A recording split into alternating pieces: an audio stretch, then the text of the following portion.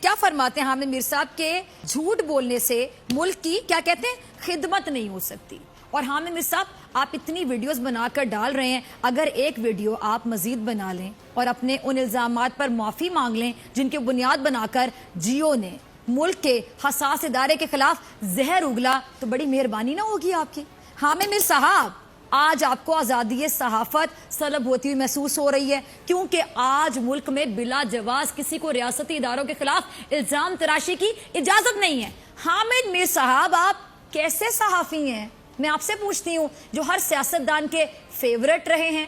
سیاستدان کا فیورٹ ہونا کیا اچھے صحافی ہونے کی ڈیفینیشن ہے, یا وہ صحافی اچھا صحافی ہے جس کو ہر سیاستدان چوک میں چوراہے میں بیٹھ کے گالیاں نکال رہا ہو کہ کل مجھے بری طرح سے ایکسپوز کر دیا؟ یہ سوال میں عوام سے پوچھتی ہوں کہ کیا یہ بہت بڑا صحافی ہے جو ہر سیاستدان کی گڈ بکس میں ہے, یعنی فیورٹ ہے؟ ہاں, ہر سیاستدان آپ پر مہربان رہا, کیسے پوچھ سکتی ہوں میر صاحب. زرداری صاحب ہوں یا پھر نواز شریف صاحب, دونوں آپ کو بہت پسند کرتے ہیں, کیوں وجہ بتائیں گے آپ؟ شاید یہی وجہ ہے کہ آج جب یہ دونوں جیل میں ہیں تو آپ کو اپنی آزادی صحافت خطرے میں نظر آ رہی ہے, اندھیرے میں نظر آ رہی ہے. ملک میں کیا صرف آپ ہی ایک صحافی ہیں, یا پھر آپ کے وہ جو ہم خیال صحافی جو نون لیگ اور پیپلز پارٹی کا بیانیہ فروخت کرتے رہے, اپنا ضمیر بیچ کے, قلم بیچ کے, وہ صحافی ہیں؟ ذرا اپنی نظر کو وسیع کریں حامد میر صاحب, تو اندازہ ہوگا کہ اس ملک میں اور بھی صحافتی ادارے ہیں, مزید کئی صحافی ہیں جو اس وقت ہم دیکھتے ہیں کہ نظر انداز کیے جاتے رہے, تب سے نظر انداز ہو رہے ہیں جب آپ اور آپ جیسے چند صحافی